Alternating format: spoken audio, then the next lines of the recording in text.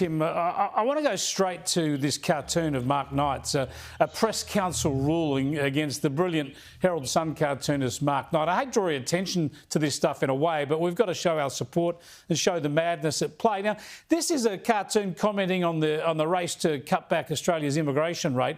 And, Tim, the press council says, yeah, it's fair enough to have commentary on immigration, but they're actually saying that the racial makeup of the people coming in isn't quite correct. There should be more Chinese people or more Indian people, as if you can tell whether these people are from India or somewhere else. I mean, it's just madness, isn't it? And cartoonists are taking a risk whenever they draw somebody who is not overtly white heterosexual male.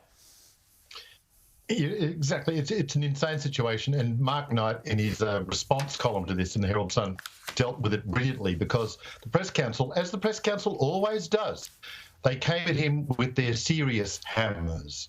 They've only got serious hammers. They treat everything with... Everything's huge and serious and it can't be measured against any kind of, jocular or amusing sort of content. When you do that against a satirist of Mark Knight's quality, well, you're in a bit of strife, because he in his response, he got more laughs out of explaining the bizarre machinations and the assessments, and as you say, counting the number of minority people, even down to their facial features. Yeah. It's crazy. It makes them look more stupid than even that the press council already is. Yeah, they're beyond satire. I mean, they want Mark Knight to write the immigration policy rather than have a cartoon that captures issues of the moment and makes us laugh at them. Speaking of that, Johannes Leek has sent me in his cartoon for the Australian tomorrow. Have a look at this.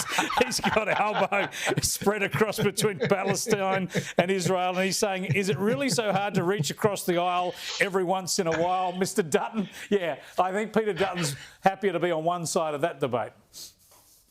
Yes, that's a bit of a variation from the river to the sea, isn't it? From the elastic to the gusset. Yeah, poor old Albo's about to end up in the drink. Very quickly, we highlighted this clip of Anthony Albanese last week. You will have seen it. A product comes out in new packaging. It's the same price as before, but the box feels a little bit lighter. It's called shrinkflation. And thanks to your memory, Tim, you reminded us of this from Joe Biden earlier in the year, around Super Bowl time. You know, when buying snacks for the game, you might have noticed one thing. Sports drinks bottles are smaller. A bag of chips has fewer chips, but they're still charging it just as much. And as an ice cream lover, what makes me the most angry is that ice cream cartons have actually shrunk in size, but not in price. I've had enough of what they call shrinkflation. Tim, plagiarism's one thing, but plagiarising Joe Biden would seem to be madness. Especially after Joe's already bailed out of the race, he can sit there eating as much ice cream as he wants, and things are pretty serious worldwide now. And Albanese's taking his ideas from someone whose brain is probably got the same calorific content as ice cream. We're about there at the moment.